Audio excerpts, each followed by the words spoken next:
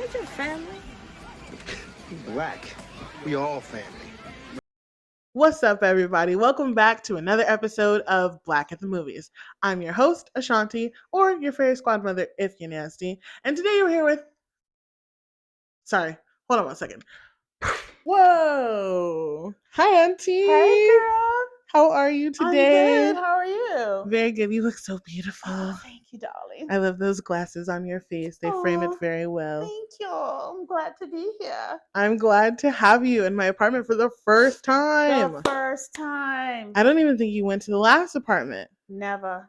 That's so crazy. It is. But then again, I did move during COVID. Yes, So that is true. that makes sense. But I'm here now, and it's lovely, and I love this here, all the beautiful colors and pictures and everything. It's gorgeous. I'm so glad you love it. Yes. You're who I think of every time I decorate in my house. I love it. Yes. So today we're going to be talking about Corrina from 1994. And viewers, if you have not seen this film, this is a film about Mr. Singer and his daughter Molly after their wife dies. And they have to get a housemaid and a nanny in order to take care of their daughter while he goes back to work. And unfortunately, the death of the mom did do a very big number on the little girl, and she becomes mute. And the only one who's able to connect with her happens to be Corrina, her new nanny, who is played by my favorite actor in the world, Favorite. Whoopi Goldberg. And if you know me, well, Auntie knows me. And everyone who does know me knows that I love Whoopi Goldberg. She is probably the only person that I would cry about Tis true. if I met them face to face. Tis true. So, have you seen this movie before we planned this? Yes, I don't know how many times I've seen this movie, but a couple of times. And she's a great actress. I love her. And I love this movie. It's great. It is good, right? Yeah. I love it so much. I wrote a lot of notes while I was watching the film last night with our producer, not GSG. And I was just thinking about the scene where she's walking down the street to go to the interview with Mr. Singer. Mm-hmm. And she sees Molly. And the way, just her swagger and the way she walks and when she steps off of the bus and she's like dancing to the little jazz tune that's in her head. I'm just like, this is who I want to be when I grow up. She's just so cool. Yeah. So cool. And the fashion is everything. Mm-hmm. It is everything.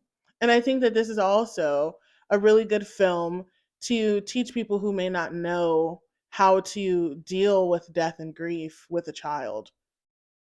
Because there's some heavy stuff. Yeah. You know, at the end of the movie, I watched it, then I kind of fell asleep a little bit and watched it again all the way to the end. And I was like, you know what? There's so many great points in this movie. And she's like the kid therapist. She really is. She's like the kid whisperer. Mm-hmm. She really brought her out of her shell. Yeah. It was amazing to watch. And if I remember correctly, from when I first seen it, I didn't even view it that way. I've seen a lot of things in it that I've seen before, but this time I was like, wow, she was really a child therapist. Yeah, she really was. In a very unique and creative way. Mm-hmm. Very unique in the way that I think there's so many things that we could talk about, and I don't want to like jump directly to my favorite scenes just yet, but I will say one of the standouts for me is when Molly starts talking for the first time. And at this point, you know, Corrina has accepted that Molly's just not talking. Right. She's fine with it. She's not trying to force it like some of Molly's parents or grandparents and stuff were trying to do. She's like, you'll talk on your own time. And so by that time, when she is making the bed with Molly, and Molly says her name in the most quietest voice. Yes. Yeah. And it's so sweet. Yeah. And she thinks that she did something bad to make her mom pass away. And I loved the way that she consoled her. I think this film, I always say this film is the reason why I was a nanny for like 10 years. Really? Was because of this. Oh, okay. And the way that I found the film, actually, I used to do this random thing when Mommy and I were living in Laverne. Mm-hmm. I would just sit on the couch and I would just scroll through all of the movie channels. Mm-hmm. And if there was something on, I would watch it. And it didn't matter what the title was. A lot of times I wouldn't even know the title of the things. I was just watching random stuff just to watch it. And that's how I came about this one. It was like on HBO one day. And I'm just like, how did I not know about this? Right. Because I've been hooked on Whoopi since Little Rascals. And she only had a small appearance. And I was with it. Yeah. It's just too good. Yeah. It's just too good. It has a lot of really good lessons. So I want to get into some of your favorite scenes. We'll bounce back and forth. Okay. And we'll do like 3 scenes just to keep it easy, keep it light. I kind of had to summarize things because I just couldn't pick 3. I was like, I know. Like, which there's so many good little parts. Like, I loved when she spit the milk out in that lady's face, unfortunately. That lady was crazy. Oh my God. That lady was crazy. And how she just randomly laid in Mr. Singer's bed. She was a weirdo. Oh, she was a weirdo. She was a weirdo, for sure. Not DSG was watching it. And he was like, oh no, she found the liquor cabinet. It's just like, something's wrong with you. And you notice they zoomed in on that part. They did. You know, so I was like, okay, well, let's watch out for that. And then as the movie progressed, you continue to see her taking a sip here, taking a sip there. But she didn't last too long. Oh, thank goodness. She wasn't there too long. Yeah, thank goodness, because this is probably the worst person to have to watch your child. And I think what really got the dad to want to just go ahead and hire her was when she walked out. And when she had the little interaction with the Molly. When she did that, he's like, okay. When she threw the orange and Molly caught it, and then she just started walking away, and then Molly goes back and honks the horn in her own little way of communicating. Yeah. She's like, I acknowledge your presence. It's so cute. It was. So was that your like top favorite scene? Oh my gosh, no. Listen, now you know I'm a church girl.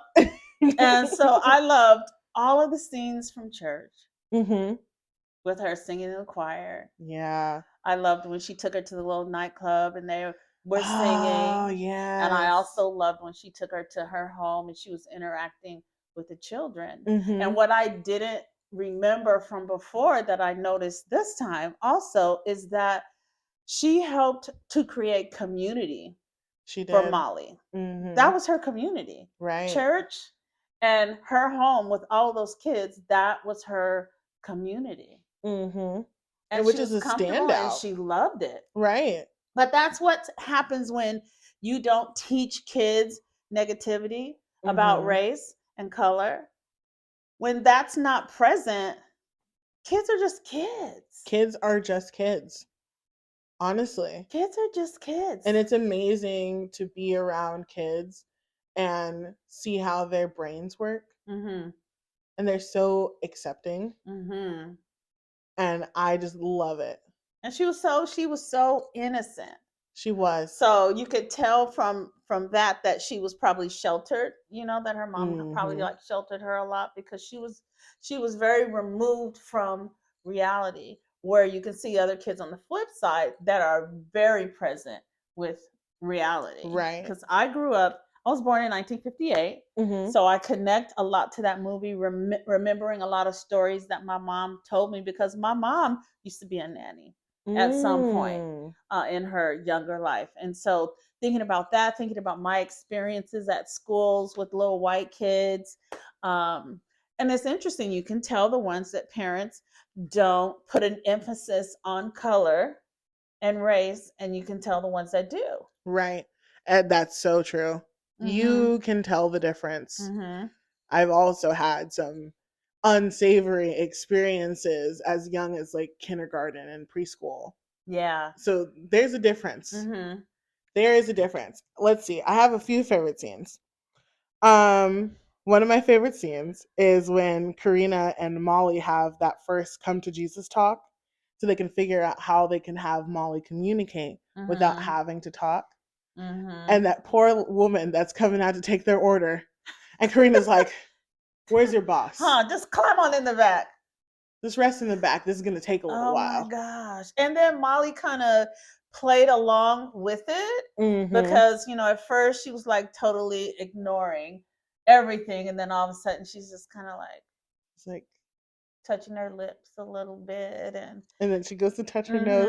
And the lady in the back, the waitress, she's like, oh, please, for heaven's sakes, touch your little nose. And I thought that was so cute. Oh yeah. And they were elated. I was elated when she touched her nose. I'm just like, yes, it's another level of comfort between the two of you, and you're building the bond. I love that so much. What was another one of your favorites? Oh my gosh. Let's see. When they were at the house with the little kids and they're at the dinner table, and that one guy, he's like, I don't like hello with the Percy. He's in another movie as he gets a little bit older, and I don't know what movie, but he's just so cute. He's so cute. And so just the dialogue that the kids have going back and forth, and how at first when she arrived for the first time, she was just a little bit quiet and everything, but then after a while, she just started fitting right in. And another favorite part I like is when they were all in the bed. I'm probably thinking that was probably like a full size or maybe queen bed. Right. And there were four girls, I think, or 3 girls. And Percy was in the other bed. And they're like, come over here. Aren't you lonely? And he said, yuck. And then they sleep in the bed with no girls. From side to side, but they all rolled simultaneously. I know. And they flipped one side. Like a bunch of hot dogs at 7-Eleven. So cute. And I just love the fact that she was just right there in the middle with them. And she didn't feel anything. It's like, this is my family. It was so cute. All of them are so cute. Percy is also one of my personal favorite people in this film. He is just so funny. And when she comes in to go and take care of Percy while his dad goes to work, and he's just yelling with his little fire hat on. Right. And then she says, Percy, don't move. Stay right there. Don't move. Don't you move. And he just froze. It was so good. Yeah. Corrina was great with kids. You mentioned this. My second favorite scene was when Corrina takes Molly to the jazz club.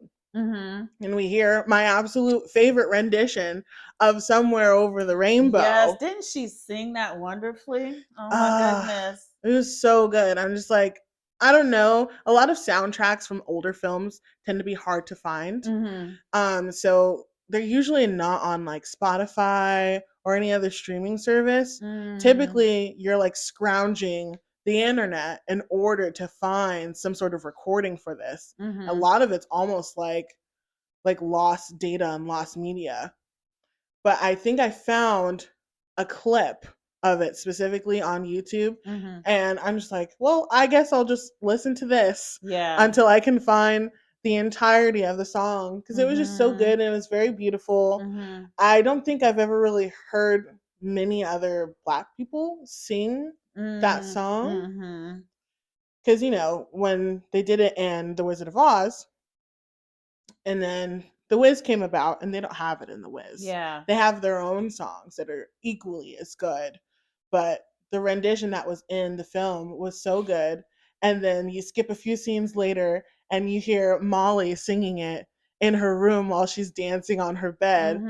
And Mr. Singer is just like, where did she hear that song from? And it's so nice to see. And it's so funny. I remember being a kid and like hearing songs and then completely forgetting all the lyrics, but I would make up my own because now that's my hyperfixation. Right. My entire personality is based in this song now.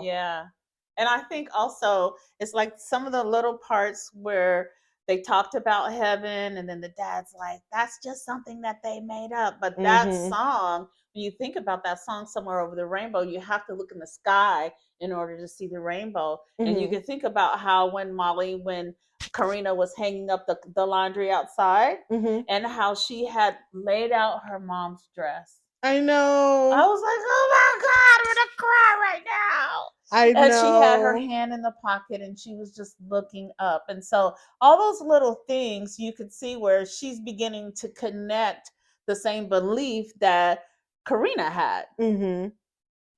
And then when the dad confronts her about it too. Yeah. He confronts her about it and he's like, this is just something that people make up in order to feel better. Mm-hmm. And Molly responds, well, what's wrong with that? Mm-hmm. Mm-hmm. And I was just like, see, right there. Yeah. Kids are so smart. Mm-hmm. And unfortunately, people don't give them enough credit and they don't give them enough of a chance to see that they are their own little human beings. Yeah. And this movie puts that on display. Mm-hmm. Mm-hmm. Honestly, people, if you're watching, talk to a kid. Right. Like if you have younger kids in your family and you just think that they're kids and they don't know anything, honestly, talk to them. Be honest with them. Because they're a lot smarter than you think. And that's one of the things that Corrina continued to bring out. I think she continued to let her just be her. Yeah. And so, can I talk about one of my favorite parts? Yes. Is a Mr. Potato Head bouncing. What is that called? Oh, when they're so mad. Yes, the punching bag. Yeah, yeah. And she didn't want to say it, but she wanted to say it, and she couldn't get it out. And then she finally starts saying, like, yeah, you're mad. It's okay for you to be mad. And then they start talking back and forth. And then the dad finally releases himself to care more about the daughter than himself and expressing the fact that, yes, you should be mad. I'm mad too. Right. And then from that, they just went around and everybody was just expressing themselves and hitting that little bouncing whatever it was. Was it Mr. Potato Head? It was a Mr. Potato Head punching bag. And that let out a lot of frustration, I think, even for the father. Oh, definitely. That because he was holding things in and suppressing things and he didn't want to share. And he had the same feelings as his daughter. And so that was really one of my favorite scenes. I'm like, yes, just be mad. And it's okay because she was letting it out. Right. Instead of holding it in. And that was very therapeutic. Yeah. And watching that scene, I'm just like, man, finally. You know, your daughter has been suffering in silence because you're not sharing your feelings with her. And it's so important to do. I know when my dad passed when I was 12 or 13, you know, I've never really seen my mom cry a whole lot, but she was crying in the moment when she told me. And there was never a time where I couldn't get on the phone with her to express my feelings in the next coming weeks, months, years. And she would express her feelings back. And of course, a lot more so now that I'm an adult. Right. But in that moment, it was very, very much needed and poignant for me in order to move forward. Because I think for a while, I had seen expressing those emotions and even crying as a weakness until I saw it from my mom. Because I had never seen it from her before. Yeah. And so I think I can relate to Molly in that moment of like, finally, someone else is feeling what I'm feeling. It's not just me. And I thought that was a really important time for them because Mr. Singer was really holding a lot of it in. Yeah. And not even wanting to talk to Molly about what his wife used to smell like or what color her eyes were. Yes. And it's like, dude, she is begging you. Yeah. She's begging you to participate. Begging you to open your heart to her. Like, she needs this. Yeah. And then even his friends, you know, when he'd have to go to these business meetings and events and everything like that, his friends are like, you know, we think this is he's like, you don't know how I feel. Right. You don't know how I feel. So like, stop trying to hook me up with that one lady with the two little boys. Yeah. Those little boys are so cute. I thought that was so interesting. Both his friends and coworkers and Corrina's family are both trying to get them hooked up at the same time with different people. And both of them are just like, dude, chill out. Like, I'm good. And, you know, Jennifer Lewis is in this, and it plays, I think she plays Corrina's sister, I want to say. And, man, she was a hater. Yeah. She was a hater big time. You know, because Corrina is a Renaissance woman. Yeah. And she's into all these things, and she sews her own clothes, and she listens to all of this new music, and can easily point things out when they're playing in the background. She doesn't have any kids. And she doesn't have any kids. She doesn't really feel trapped. Yep. She doesn't have all this responsibility. So her sister was just jealous. Yeah. And just projecting all of that onto Corrina. Yeah. And then at the same time, her sister was trying to protect her, though. Just like Manny's mom was trying to protect him. It's like, hey, don't listen. Right. It's 1959. Wake up. Don't you see what's going on with you? And the sister is like, don't you see what's going on? Like, what time are you coming home? Like, what are you doing? Like, do you really, you know? And so they were all trying to protect both of them. Right. But then at the same time, the sister was just like a super hater, though. Yeah. Certified. Certified hater. But expressive of love for her sister, though, too. Yeah. And so, like, it's like double pointed. On one hand, like, I get it. I understand. Especially her telling Corrina, like, you're just the hired help. Which is something that and I'm sure every other nanny in the world have had to take a step back and be like, yes, you're building this bond with these kids. And as much as they tell you, oh, you're like family, that like is still there. Yeah. So you're not family. And you have to know at the end of the day, you're still help. And I mean, it didn't end that way for Corrina, thank goodness. They ended up being together. Yeah. But there are a lot of times where you're nannying, you're building these bonds with kids, they will drop you at the dime immediately when something goes wrong, or when they decide that they want to pivot and do something else. Yeah. I remember being devastated in a nanny job when they're like, oh, actually they got accepted to this preschool that we were on the list for like a year, so we don't need you anymore. Thanks. It's like, oh, my heart is broken. Cue the rain. I'm crying in my car listening to Stevie Wonder. Absolutely, because it's like a divorce. It's like, goodbye, you're cut out the family. Yeah. It sucks. Yeah. I think and I have also, I want to talk about how kids are very impressionable. Very. So remember the scene when they were at the restaurant? And Corrina went up to go to use the restroom. She said she was going to go pay her water bill. I never heard that before. I was like, that's good. Oh my gosh. But she was going to do that. And then the guy's like, hey, waitress, we need some. And the guy's like, she's not a waitress. And then he made that comment, oh, another nigger lover. And I was like, And then you really couldn't really tell that Molly was really tuned into what the man had said. Right. But the greatest part about forgiveness and acceptance was in church. This little light of mine. When they're singing, yeah. And then Molly was so happy, and she said, I'm a nigger lover. And the friend looked at her like, oh, that is the worst thing that you could ever say. You're not my best friend anymore. And then you have the choir dude and the little kid in the back. Then he went on to make a lot of racial slurs too about white people. And then she looks at him and says, hey, that's my best friend. Like, don't talk to her like that. She's my best friend. But that came from the heart because she did not know that was something that was negative. Right. She thought it was a very beautiful thing because she loves love and she loved her. So I'm just like, oh my God, it's going down in the choir stand. I know. I was watching it and I was like cringing, like, oh, Molly, that's not a good thing for you to say. But I understand. Yeah, and it just goes to show that she was never taught that. And she wasn't around that very much. That was probably her first experience or implication of racial stereotypes in public. So she said because Lover was attached to it, she's like, I love my best friend. Right.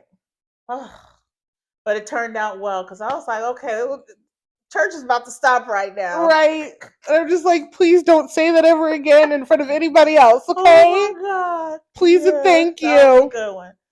Oh, okay. My last favorite scene is when this is after like the third act breakup. Yes, there's a third act breakup, guys. I don't want to hear it. I know how people feel about third act breakups, especially in romance books and rom-coms like this. But after the third act breakup, when Mr. Singer finally realizes that he has let go everything that he wants, he shows up at Corrina's house in a very Black neighborhood. And at first, she's not having it. She's like, okay, bye. Thanks for coming all the way down here to say that. Goodbye. And he walks out, and then he goes to stare up at the sky. And he's like, I don't really know how to do this. Yes. But if you could help me. And then Corrina comes out and is just like, who are you talking to? Right. Yeah. He's like, oh, you know. She's like, oh, you made a new friend, huh? And I thought that was so sweet. And then he proceeds to kiss her. And she's like, I have to live in this neighborhood. Like, what are you doing? What are you doing? Don't do that. And then he turns around and looks at the neighbors who are staring. And he... and he sticks his tongue out. Yeah. And before that point, I think that when she was trying to help him come up with his commercial song on the piano, it's like, I think that's when their two souls collided and they started realizing without saying anything that, you know what, I feel something for you and you feel something for me. And you can tell that kind of as their hands were crossing the piano, and I was like, oh, okay, this is the moment where they both got it. Like, you know what, this is a little bit more than what we think it is. Right. And they're like, dang, I'm in trouble. Yeah. Yeah, because this is in the 1950s. Yeah. Right. 1950. I think it's supposed to be in 1959. So there's a lot going on in the world already. Not to mention the state of racial issues at that time, extremely heightened. Yeah. So much going on. So I get it. Yeah. I would also be like, ooh, I'm in trouble because I'm down bad. So I understand. I also like when they kiss for the first time, and then Corrina's like, look at the window. Look at the window. And Molly's like, yeah, because she was planning this. This is everything she ever wanted. So by the time she goes to bed, she's all cuddled in and smiling to herself. She's like, my work is done. Yeah. She was waiting. Yeah. She was plotting. Yeah. She's like, my work is done. Because it was organic and it was pure. Right.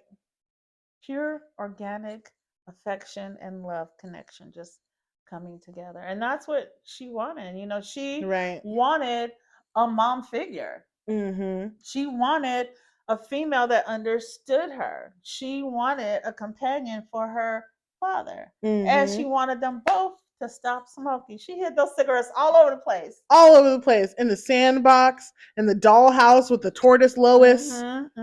She heard them once on TV talk about how people are dying of lung cancer. Yeah. And she was gone. She was done. She's like, I don't know about you, but there will be no more cigarettes in this household. She was sick of it. Yeah. And it was hilarious. But then when her dad confronts her about it, she's like, I just don't want you to die. And he didn't even put that together until she had to mention it's the man on the TV. Yeah. Yeah, be careful about what you let your kids watch. But also, cigarettes are bad. So yes, they are. Yes, they are. Don't do it. Yeah. And don't vape either. Those are the same thing, technically. It still has tobacco in it. Yeah. So let's get into some trivia. I have some questions for you. Oh, gosh. I hope I can answer that. You're going to give me the pass card. I pass. No pressure. This is totally just up in the air. It's going to be 2 true or false questions, okay? Okay. So the first one is, true or false, Mm-hmm. This film is based on a true story. And it's okay to guess. Well, I have to guess that it's false. Final answer locked in? True. What? Which one, Auntie? I would love, because I'm a hopeless romantic, I would like to say there's a true story somewhere. It is. Is it? Yes. Yay. I didn't do any research. You guys. That's okay. I don't know the background. That's okay. This film is based on the life of the screenwriter and director of this film, Jessie Nelson. Oh. And so her mom passed really young from cancer, and the same situation happened to her, and so she decided to write it. And it actually took her like 10 years to get this film made. Wow. Because they just kept turning it down. No one would pick it up. Wow. Yeah, so it took her a long time to get it made, and when it finally got completed, she was over the moon. That's amazing. That's great. Good for her. Yeah. Pretty good. All right. For her. Next question. Mm-hmm. True or false? When this movie came out, Whoopi was the highest paid actress at the time. False. False? Mm-hmm. Locked in? Mm-hmm. Okay. It's actually true. The highest paid actress in the African American community? No. Or period? Period. What? Yes. I don't know if you've ever looked at her IMDb. No. But all throughout the 90s, there was barely like a year that passed that she wasn't in a film. Really? Yeah. And she had hosted various award shows back to back, like 3 years in a row at some point.